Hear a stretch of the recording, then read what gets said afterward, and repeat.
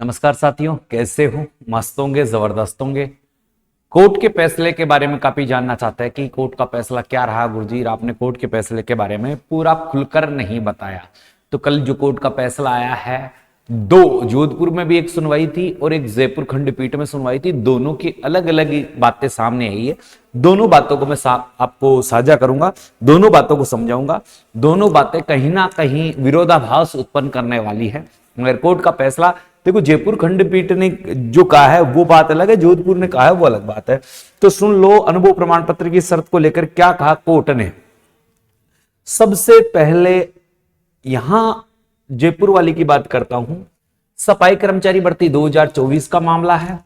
अब सुनवाई 26 तारीख तक टाल दी गई है, यानी सुनवाई को उन्होंने टाल दी है।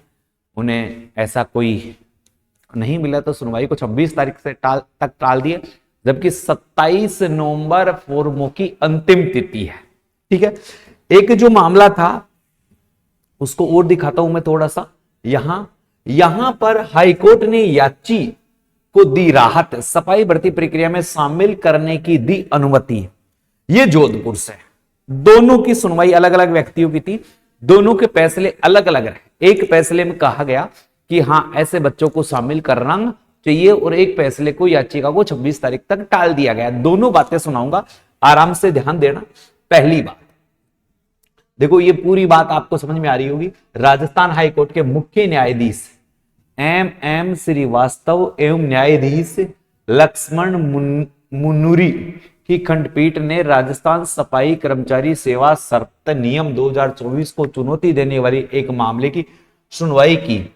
याचिकाकर्ता रिंकू मीणा की ओर से अधिवक्ता हर्षित बुरहानी एवं अधिवक्ता हेला पाठक ने याचिका पेश की, जिसमें सफाई भर्ती में इस नियम के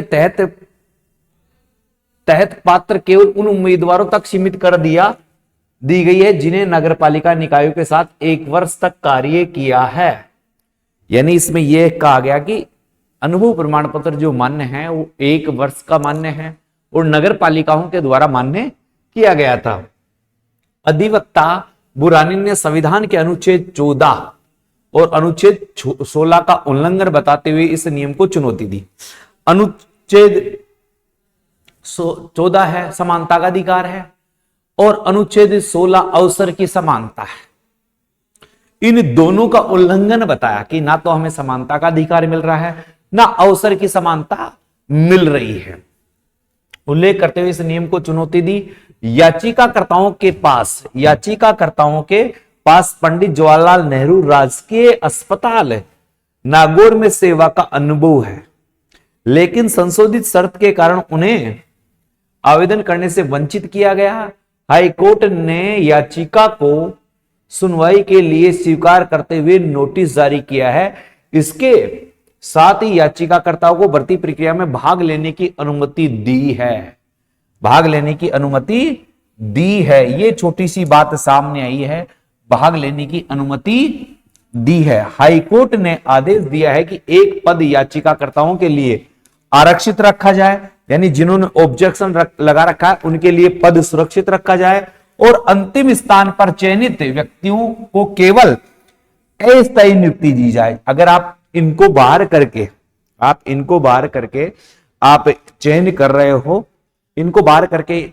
हो, तो आप जो अंतिम स्थान पर विद्यार्थी रख रहे हो उनको अस्थायी नियुक्ति दे, क्योंकि प्राथमिकताओं के आधार पर या ये सही पाए जाते हैं तो फिर पदों में फेरबदल किया जाए। दूसरी सुनवाई थी, तो आप यहां देख सकते हो, दूसरी सुनवाई ये थी कि जयपुर में हुई है, खंडपीठ में हुई है। तो इसमें क्या है आप वो भी दिखा देता हूं। जयपुर सफाई कर्मचारी भर्ती 2024 के नए विज्ञापन व भर्ती नियमों में बदलाव को चुनौती देने के लिए मामले की सुनवाई गुरुवार को हाईकोर्ट में सुनवाई टल गई है। यहां सुनवाई क्या होगी? जस्टिस इंद्रजीत सिंह व वीके बारवानी की खंडपीठ में प्रार्थी सियाराम माली सहित 100 से ज्यादा अभ्यर्थियों की याचिका पर होने वाली सुनवाई 26 नवंबर तक टाल दी गई है। अधिवक्ता रामानुजू शर्मा ने बताया कि आगामी सुनवाई पर राज्य सरकार की भर्ती के नियमों में किए गए बदलाव के संबंध में अपनी स्थिति स्पष्ट करनी होगी। याचिकाकर्ताओं ने कहा है कि सरकार ने 2 सितंबर 2024 को भर्ती के नोटिफिकेशन जारी किया है और 27 सितंबर को विज्ञापन जारी किया है, लेकिन अनुभव प्रमाण पत्र की शर्तों में बदलाव कर दिए गए। नई शर्तों के अनुसार भर्ती निकाय के सक्षम अधिकारी की ओर से जारी अनुभव प्रमाण पत्र ही मान्य किए जाएंगे। ये भी छोटी छोटी बातें हैं। अब दोनों बातों को मैं समझा देता हूं, आप समझने का प्रयास करें। पहली याचिकाकर्ता जो रिंकू मीणा की थी, जोधपुर में थी, उसके लिए उन्होंने फैसला सुनाया है कि ऐसे लोगों को हक मिलना चाहिए जो सफाई का काम करते हैं। तो जो स्वायत्त शासन विभाग है, जो भर्ती बोर्ड है, उसको अंतिम पदों को सुरक्षित रखना चाहिए जब तक इनके मामले की पूर्णतः जांच होकर इनके पक्ष को नहीं रखा जाता, तब तक जो अंतिम स्थानों पर विद्यार्थी हैं, लोग हैं, उन्हें अस्थायी नियुक्ति दी जाए। जबकि अस्थायी नियुक्ति दी जाए, जबकि 26 से जो जयपुर में सियाराम माली की जो सुनवाई थी उसको टाल दिया गया है और उन्होंने ये कहा है कि भर्ती नियमों में संशोधन की प्रक्रिया में जो भी प्रक्रिया भाग ले रही है उसे 26 तारीख तक टाल दी गई है। अब स्वायत्त शासन विभाग इस पर समीक्षा करे। तो कुल मिलाकर मिला जुला सा फैसला है, कोई संतोषजनक बात यहां पर भी सामने नहीं आई है। और आप सभी को पता है कि सफाई श्रमिक संघ ने चुनौती दी है या एक चेतावनी दी है कि अगर 24 घंटे के अंदर अंदर अनुभव प्रमाण पत्र में शीतलता या इसमें कोई फेरबदल नहीं किया जाता है तो बहुत बड़ा आंदोलन किया जाएगा। और इस आंदोलन का दोषी केवल राज्य सरकार रहेगी, स्वायत्त शासन विभाग रहेगा, स्वायत्त शासन विभाग मंत्री रहेंगे, क्योंकि अब तक उनकी जो नियम थी, उनकी जो पहले गठबंधन हुआ था, जो बात हुई थी, उस बात के अनुकूल इस भर्ती को नहीं निकाला गया है। उनसे जो नियम और शर्तें साझा की गई थी उसको अनुसार इस भर्ती को नहीं निकाला गया है। उस समय केवल इतना तय किया गया था कि ठेकेदार के द्वारा जारी अनुभव प्रमाण पत्र, जिसे सक्षम अधिकारी होता है, अधिशासी अधिकारी होता है, वो प्रमाणित करेगा और अनुभव प्रमाण पत्र चल जाएगा।